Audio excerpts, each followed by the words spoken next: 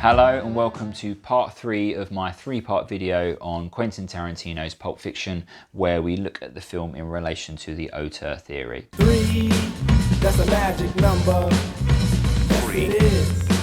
It's the magic number. So I'm going to now talk about the use of film form in Quentin Tarantino's movies, and I'll begin with sound and specifically music. So something that Tarantino is known for doing across his films is that he doesn't use the traditional classical score that you would expect to see in many movies. So case in point, something like Blade Runner has a score written by Vangelis. It's been composed specifically for that movie. Quentin Tarantino doesn't really use composers for his films. Instead, he uses what's called a needle drop score, where he literally goes through his record collection and he says, right, I want to play this song here and I want to play that song there.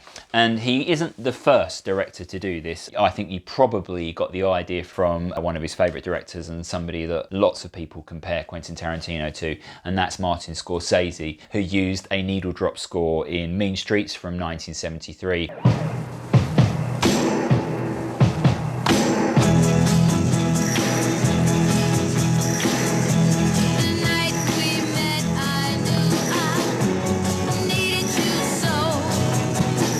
And again in Goodfellas from 1990.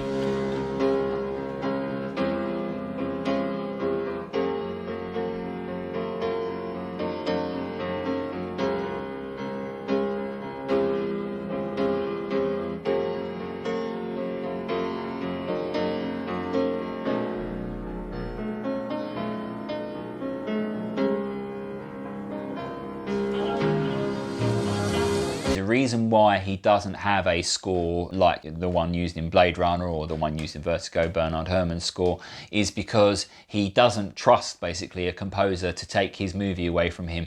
He wants to have, as Truffaut would say, complete creative control over everything, including the music. I've never used the normal way of we do a movie where you hire a composer and have original music. And the basic reason is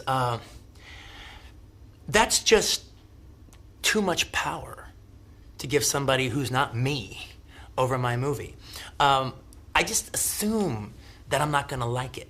And the guy comes up with a score that I have to accept, all right? Which I'm probably gonna think it sucks, all right? Basically, because it didn't come from me. Basically, anything in my movies that I didn't choose myself is unsatisfactory by its nature. I have to choose it. I don't want to deal with some guy who's writing music. And, you know, some of these guys can be real prima donnas. Get that guy out of here. I would much rather deal with a music editor than a music composer. I bring in the music, I know what I want, this is what it's gonna be like. But a music editor, they do what you're told. They do what they're told, all right? And that's a quality I like for people working for me making a movie. And just like he mixes genres and he mixes intertextual references, he does that with the soundtrack as well. So in Pulp Fiction, we've got music from many different decades, the 50s, the 60s, the 70s, the 90s, and they're all being used and they all work very well together. And it's not going to be the big hits from those decades. That's not what he's into. It's always those obscure, forgotten gems, and he brings those to a mainstream audience. And people at the time really loved the Pulp Fiction soundtrack. It was a massive seller. It did very, very well. So he's obviously got a good ear for picking out songs that people don't know very well but actually end up loving. And this mixing up of eras and genres as well, lots of different genres of music, again ties very nicely into that postmodern idea of fragmentation of time and of genre. And furthermore, he does this thing where he blurs the line between non-diegetic and diegetic. There's a couple of instances of this where during the credits we can hear the songs shift to Jungle Boogie.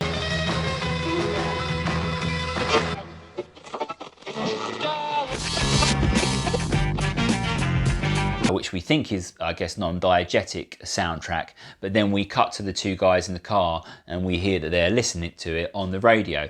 Okay, so tell me again about the hash bar. Okay, what you want to know? Hash is legal now, right? Yeah, it's legal, but it ain't 100% legal. I mean, you just can't walk into a restaurant, roll a joint, and start puffing away.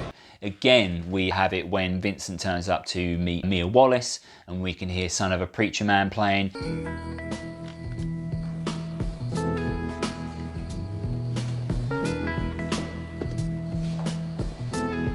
Hello. Once more, we would probably think that that's non-diegetic soundtrack, but yet She comes downstairs and she turns it off, and we realise actually it was, you know, diegetic soundtrack that's playing the whole time. Let's go. So this blur in between fiction and reality, non-diegetic and diegetic, again, 100% postmodern. And as I said, the soundtrack to Pulp Fiction was incredibly successful, and I think part of that is because the music choices are, tying back into the aesthetic, very, very cool. And so he will use music to go along with the characters to make them look cool. So Son of a Preacher Man is a great sounding song, sounds really, really cool. So we think that the characters are cool in that moment. Miss Lou by Dick Dale, at the start of the film, when we see that over that freeze frame with Pumpkin and Honey Bunny, they look cool. Any of you fucking pricks move, and I'll execute every motherfucking last one of you!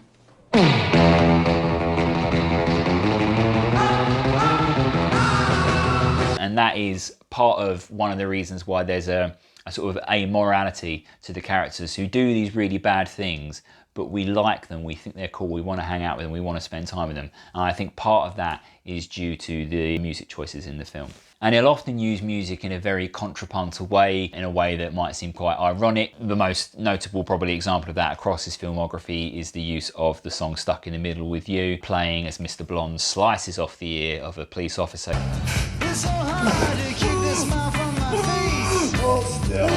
And we do see that in Pulp Fiction as well. I think one of the examples of it would be when Butch and Marcellus are talking in the bar, and you've got these two kind of quite sort of intimidating, powerful men talking about very sort of underhanded dealings, and we've got this really sort of sexy, cool song playing, the Reverend Al Green song, Let's Stay Together, and it seems to be very at odds with the conversation and the type of men that they are. Fuck pride. Pride only hurts. It never helps. Another example is when we've got that sort of slightly dorky song, Flowers on the Wall, playing when Butch meets Marcellus. It's good to see you. I must go. I know I'm a good run.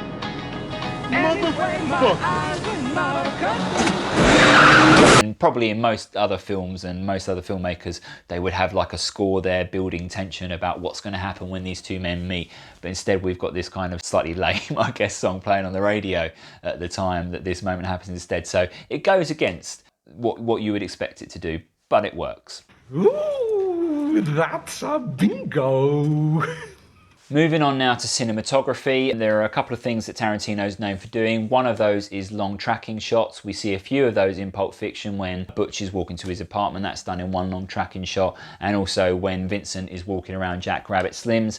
I think that is probably inspired by Martin Scorsese's famous tracking shot in Goodfellas when Henry and Karen walk around the Copacabana. And it's the sort of thing that's actually quite technically difficult to pull off, and this would, I think, satisfy Andrew Sarris's first criteria of technical competence very well. The other thing that Tarantino does in a lot of his films is trunk shots. Fucking legendary, mate. Which puts us in the trunk looking up at our criminal gangsters, making them appear powerful, making them appear quite cool, but putting us in the position of the victim. And you could argue that watching films with violence and stuff, are we identifying with the perpetrators of violence, the sadistic characters, or are we identifying with the victims of violence, the masochistic characters, or making us masochistic? In terms of camera work, also, he'll very often let the script direct and dictate the camera work rather than the traditional use of shot reverse shot where we might cut to this character and then that character as they speak. He'll use, and this is linked slightly to editing, but he'll use very long static takes where the characters just speak at length with very few cuts. So to do that very often he might use a wide shot where you can see both characters.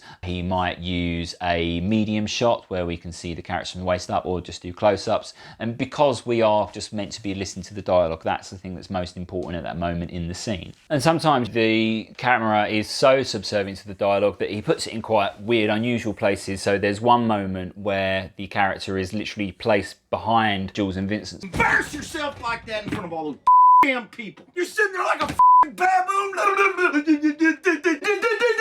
So we just spend ages looking at the back of their heads whilst they carry on talking. In terms of editing, there are a few notable aspects to the editing of the film, and I think that's part of its self-reflexive nature. So I mentioned, the part where Mia draws the square on the screen. That would obviously be done in the edit. Likewise, we've got the moment where Jules and Vincent are shooting Brett, and we cut from one angle to the next, and in the corner of the screen we've got that golden hue added on there, and I'm assuming that would have been done probably in post-production. But the editing, for the most part, I would say is quite minimal. It does use a lot of long takes. One of the most notable examples of that is the scene where Marcellus is talking to Butch, and we spent a long time just on a close-up of Butch's face before we then finally cut to the over-the-shoulder shot from Marcellus. And again, that shot lost a long time. And I think part of the reason for that, or the effect of doing that, is that it does add realism to the film. But not only that, it also helps to build intensity, and Pulp Fiction is a really intense film. So those long takes and those long stretches of dialogue, which we'll get to in a moment, all of that helps to build the intensity. The mise-en-scene has this ahistorical, nostalgic feel to it, where you've got this mixture of 60s and 70s and 50s in terms of the hair in particular, but also Jackrabbit Slims itself. That set is kind of this mixing of times, this fragmentation of times. And that, I think, comes from Tarantino's love of 70s and the 60s growing up, and 50s as well. And he's taken those things that he loved as a young child, the things that he thought were cool when he was a young child, and he's put them into this film from the 90s. In terms of the costumes of the film, I would say they are quite costumey, and I think that's why you get so many people dressing as these characters when they might go to a fancy dress party or a 90s theme party. So they're styled always to look very cool. So Jules and Vincent are wearing the black suits with the white shirt and the black tie, just like we see in Reservoir Dogs, all of those characters do. And Tarantino said the reason why they wear those suits primarily is because he thinks they look cool. Simply because I don't care who they, from Don Knotts to James Coco, all right? You put somebody in a black suit, all right? They're going to look better, a man anyway. They're going to look, girls look pretty good in it too. They're going to look better than they normally look, all right? I mean, just you put on a black suit with a thin black tie and everything, you just look cool. It just, you're just going to look a little better than average. We've got Mia Wallace's iconic white shirt and those black trousers that she's wearing. Even Marcellus Wallace, he's got that plaster on the back of his neck. Why he has that plaster on the back of his neck, it's not done for any narrative reason. It's done because it looks cool. And this, I think, is very much to do with the film's obsession with surface level style over substance, being quite happy to have these costumes which very clearly make them look like characters as opposed to real people. The way they dress, they don't look like real people dress. So the final thing I'm going to talk about today... You're joking. Not another one? With regards to Tarantino, is something that probably, along with violence, is the thing that he's most well known for, and that is his use of dialogue. When it comes to dialogue, it's what I do best. I mean, I think I'm pretty good at doing a whole lot of other things, right. But that's the thing that I'll put up against anybody. And he uses dialogue in a very unusual, maybe a slightly challenging way. The first thing to say is that his films are very dialogue heavy. Unlike Alfred Hitchcock, who really didn't want to use dialogue unless he absolutely had to, Tarantino loves dialogue, and his characters talk for a long time, and as I said, that kind of dictates the editing and the cinematography of the film. It's all in service to his dialogue, and it's something that many people praise him for, is the dialogue in his movies. And it's not just that there is a lot of it, there's also things that are distinctive about it. So the first one is that his language is very naughty. There are lots and lots of swear words in a Quentin Tarantino film, and Pulp Fiction is no exception. Fucking pick for the fucking last one of you! And linked to that, and I've mentioned this before when we were talking about his influence by black culture, there are lots of racial slurs as well used in his films. Yeah, an excessive amount, particularly for a white director and a white scriptwriter to be using in his films. And I said the films are very dialogue heavy, but unlike, I guess, maybe one of those sort of Humphrey Bogart type films where there's a quick back and forth in terms of the dialogue, what happens in Tarantino films is quite often his characters will get to speak at length, entirely uninterrupted. The Ezekiel 25:17 speech, for example, but we can see it in films like True Romance. Dennis Hopper speaks to Christopher Walken for quite a long time. Hateful Eight again, where Samuel L. Jackson is talking to Bruce Dern. And his dialogue is very quotable. Royale with cheese. Royale with cheese. Sin's dead, baby. Dead's dead. Oh man, I shot Marvin in the face. So much so that actually he features snippets of the dialogue on the Pulp Fiction soundtrack, just as catchy and memorable as the songs that are used on the soundtrack. Additionally, when we think about the traditional purpose of dialogue in most films, it's normally to push the plot forward, so characters will talk about what they're going to do. Take car, go to Mum's, kill Phil, sorry, grab Liz, go to the Winchester, have a nice cold pint, and wait for all this to blow over. Whereas in Pulp Fiction, the dialogue isn't really very focused on moving plot forward. Quite often, the characters will talk about things that are entirely unrelated to the plot. And that we see with Jules and Vincent in the car, where they spend a long time talking about what they call various burgers in Paris, what people put on their chips in Amsterdam, or their French fries as they would call it. None of it is moving the plot forward. We don't need to know what a quarter pounder with cheese is called in France. They call it Royale with cheese. But it's there, he leaves it in there, and this is something that he's very well known for, is non-plot related dialogue. And another calling card of Tarantino's dialogue is characters talking about pop culture, and he did this straight away in Reservoir Dogs. The first part of Reservoir Dogs is actually Tarantino himself playing Mr. Brown, talking about Madonna's song Like a Virgin. Let me tell you what Like a Virgin's about. It's all about a girl who digs a guy with a big... And we see that time and time again in his scripts. And as I said, you know, Tarantino is the kind of guy who is obsessed with pop culture, and he holds it in this really high regard. And in postmodernism, there is no distinction between highbrow culture and lowbrow culture. They're seen as just as important. For some people, they might want to discuss the Mona Lisa, but Tarantino wants to discuss a Madonna pop song, and he doesn't see that there's any kind of, you know, he doesn't believe in the idea of cultural snobbery, I guess. And that's what postmodernists would agree with as well. And so we see that in Pulp Fiction, there's various nods to popular culture. For example, when Jules says that he's had his spiritual epiphany, and he takes this very kind of grand moment of the idea of he's going to renounce his criminal life and he's going to become a spiritual man, a man of God. But in order to sort of make sense and explain that to Vincent, he says, you know, like Kane in Kung Fu.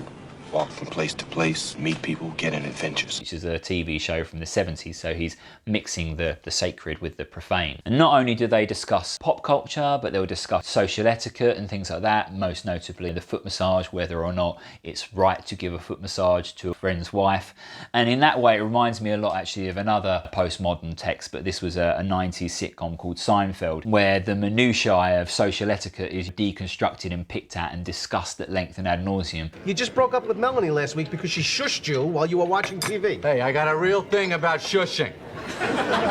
And we see that in Pulp Fiction, and we see that in lots of other Quentin Tarantino films. So for this next part, I'm going to be talking about Quentin Tarantino and the things that he's known for doing in terms of narrative, the recurring characteristics that he does for narrative. And obviously narrative is one of the other specialist study areas, so this will link into that quite nicely as well. So this is auteur and narrative. One of the things that people often point out about Tarantino's movies, and often point out about Pulp Fiction in particular, is his use of a non-linear structure. So it doesn't go in a linear chronological order. The timeline of the film moves about quite a lot. And because of this, this encourages the spectator to be active. You have to pay attention, you have to work out the timeline. You can't just watch this casually and expect to follow it. So the more we put into it as a spectator, the more we get out of it. Just as the more we recognise those intertextual references that he's doing, the more we get out of it as well. And so by figuring out the narrative, it makes us feel as though we are part of this club, that we're in the know on this joke or this trick. It makes us feel quite cool, I guess. Yeah, we're cool. And as a result of this non-linear narrative, it makes the film seem a little bit more challenging than it really is. When you look at the film in a linear fashion, particularly when you look at the individual stories, they all very clearly follow Todorov's equilibrium theory, where you've got the balance and the calm at the start, the equilibrium, then you get a disruption to the equilibrium. You might get a few other disruptions to the equilibrium along the way. It tends to be a disruption, a disruption, a disruption. But ultimately, at the end of each story, we get this return to equilibrium. And I think if the story was told in a linear fashion, it would seem more conventional than it is. But by using a non-linear structure, and this is something that he does in lots of his films, it seems to be quite challenging and unconventional. I don't think Pulp Fiction, for all of its goings in and around and up and down, stories they are, and how it goes in this big circle, I don't think it's hard to watch at all. No, it's not. You have to watch it. I asked for you to watch it. You can't like put this on video and like do the New York Times crossword puzzle and watch the movie. That's right. All right, I'll ask you put everything down and watch it. Give me 2 hours and whatever it is, 10 minutes. Exactly. And then once you do that, then you can follow it. It's easy to follow. As a result of using the non-linear structure, the other thing that's interesting is that we get to revisit specific moments more than once. In particular, we get to go to the moment where Jules is saying Ezekiel 25:17 to Brett at the beginning. For he is truly his brother's keeper and the finder of lost children. And the second time that we see it with the, I think he's referred to in the credits as the Seinfeld guy.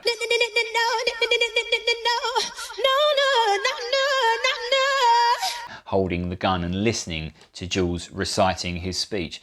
For he is truly his brother's keeper and the finder of lost children. Another time we get it is the very beginning part where Pumpkin says her infamously famous line, Any of you fucking pricks move, and I'll execute every motherfucking last one of you. But the second time we hear it, it goes slightly differently. She says this instead. Any of you fucking pricks move, and I'll execute every one of you motherfuckers.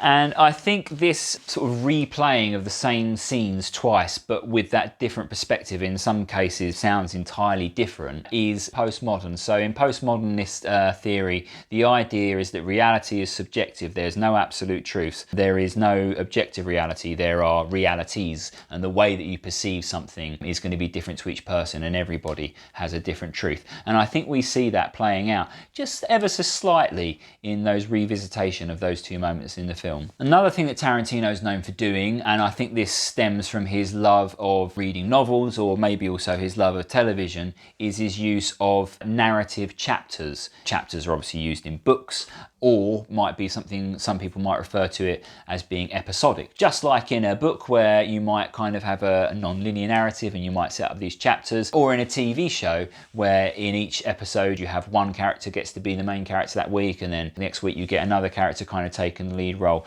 This is exactly what Pulp Fiction does, and again this is something that Tarantino does in a lot of his films. In Inglourious Basterds he uses chapters in that film, and also in Kill Bill as well. And this borrowing structure from other mediums, the novel and from television, is once more incredibly postmodern. I think also by using these short chapters, it might be there to appeal to the postmodern generation's shortened attention spans. In some ways, it's quite similar to when we might be changing our channel. We might say, right, I'm bored of that story now. I'm going to change it over and watch a different one now. The structure of Pulp Fiction might reflect that sort of channel hopping mentality. And another big link to postmodernism here is this rejection of a grand narrative. So modernism is all about grand narrative, one story that gives you all the answers to everything, whereas Pulp Fiction doesn't have a grand narrative. It has lots of sort of mini narratives. Tarantino is often known for having quite amoral characters, well, not quite amoral characters, very amoral characters as the lead protagonist in his films. So very often there'll be criminals. Reservoir Dogs, they've got criminals in that film, obviously Pulp Fiction. Vincent and Jules are both criminals. You've got Butch, who's a boxer who kills a man in the ring in order for financial gain. Mia Wallace is married to a gangster and she doesn't seem to have any problem whatsoever with the way that her husband makes his living. And once more, this is postmodern, so postmodernists reject the idea of people being 100% good or 100% evil. In Tarantino's films, a lot of the characters do things that you would normally expect a villain to do in a film, okay? And we do things that we might characterize actions that are evil. But there's also a human side to them, a likeable side to them. We like Jules and Vincent. We liked hanging out with them in the car and hearing about Royale with cheese and all that kind of stuff. So that when they come to do bad things later in the film, and also they do good things as well. Remember, Jules spares the life of Honey Bunny and Pumpkin at the end of the film. We like them, and this is kind of the moral relativity of the film. It's just saying sometimes people do good things, sometimes they do bad things. Nobody in this movie is completely heroic and completely villainous. That's how people are. That's how characters are. I didn't want to make a situation where, like, it's all, they're trying to be everything for everybody. They're one way, but they're also the other way too. and that's an entirely postmodern concept, whereas modernism is more about these are the goodies and these are the baddies, and if the goodies beat the baddies, then everything is right with the world, whereas postmodernism suggests that we're all a little bit good, we're all a little bit bad. The other interesting thing about Tarantino's characters in his films is that he often rejects having a single protagonist, and I think even in films like Jackie Brown and Kill Bill, which are ostensibly about their lead characters, you still have other characters who play quite a significant role. And in other films that Tarantino has made, he doesn't often have a single lead protagonist. The Hateful Eight, as the name suggests, is about these 8 different characters. In Inglourious Bastards, you've got the Bastards, but you've also got Shoshana. Everybody is as much the lead as somebody else, and that's true in Pulp Fiction. One story, you know, Vincent is the lead, and arguably Mia is the co-lead in that one. In the next one, Butch is the lead, and in the final one, Jules is the lead. And this is a very kind of a sort of democratic, egalitarian way of structuring your story and of treating your characters. And as a result of that, our sympathies constantly shift in the film, and I think this is most pronounced with the characters of Vincent and Butch. So when we've got the first story, Vincent Vega and Marcellus Wallace's wife, our sympathies are with Vincent. When we see Mia overdosing, we're really worried, obviously for Mia, but also quite a lot for Vincent. We really want him to make sure that she's okay so that he will be okay. Hey, are you deaf? You are not bringing this fucked up bitch into my house!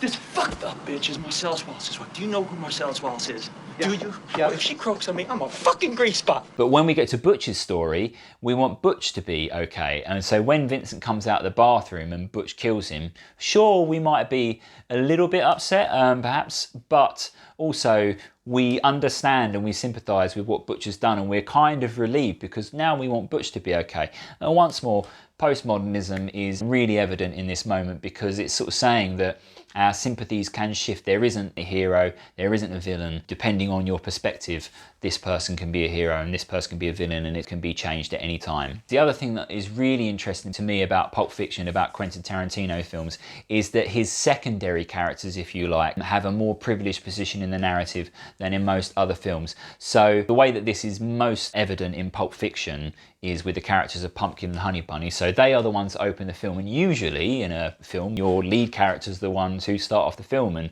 you meet them and you kind of go, right, okay, well this is the person that I'm going to stay with throughout the film. Whereas in Pulp Fiction, we spend all this time getting to know them, we build up to this robbery, and then all of a sudden we get the freeze frame and we don't see them again until right near the end of the film, and when we do, it's as part of Jules' story. Tarantino spends a lot of time with these secondary characters. Equally, Esmeralda Villalobos You fucking idiot, man! who is the taxi driver who drives Butch home. Now, that's a scene that doesn't need to exist in that film, you know. That character could quite easily not be in the film. We could just have her named as cab driver, then she picks him up and takes him back. But we spend a lot of time with that character. She spends a lot of time talking to Butch. And there's a sense, I think, when you hear interviews with Tarantino, he has trouble stopping himself from writing. And very often he won't really know where the stories are going. He'll know where the characters are, and he will just write and write and write, and it's almost as if the characters are telling him when the story will go. And so what happens is I just get the characters talking to each other, and what you're trying to do is create an environment as you're writing that Quentin isn't doing it. They're doing it. Quentin starts it off. Quentin knows the direction it's supposed to go, but then the characters take it over. To do it really the right way, I should be like a court reporter or a court stenographer. I'm just jotting it down. They're doing it all. And I think we see that in the secondary characters in the films getting this kind of elevated position that you really wouldn't get in most movies. And the last thing I'm going to say about narrative is the use of randomness. So random. In his films, or non sequiturs. What does that have to do with anything, bitch? And this, once more, is a common feature of postmodern text, this idea of randomness. And we see that in Pulp Fiction, lots of random things. So, for example, why does Marvin get shot in the face? Well, because he did. The car went over a bump. It was just a chance thing. Butch and Marcellus being caught by Maynard and Zed. Why does that happen? We think the story's going to go one way, and then all of a sudden it takes its sharp left turn. Well, it was just unlucky. They went into this shop who just happens to be run by this hillbilly rapist. And perhaps even Mia's overdose, which is slightly hinted at, I guess, because you see the scene where John Travolta buys the heroin and you see her wearing the coat as he comes in, and we know that she's snorted cocaine earlier in Jack Rabbit Slims. But even so, when that happens in the film, when you watch it for the first time, you think, where did that come from? And And Tarantino does this a lot in his films. We get the sense that the story's going one way, and then all of a sudden this thing will happen, he'll throw us a complete curveball, and that happens many, many times in Pulp Fiction. And that's the end of my final part of video on Pulp Fiction, the Auteur theory. Hope that you found that useful. Thank you very much.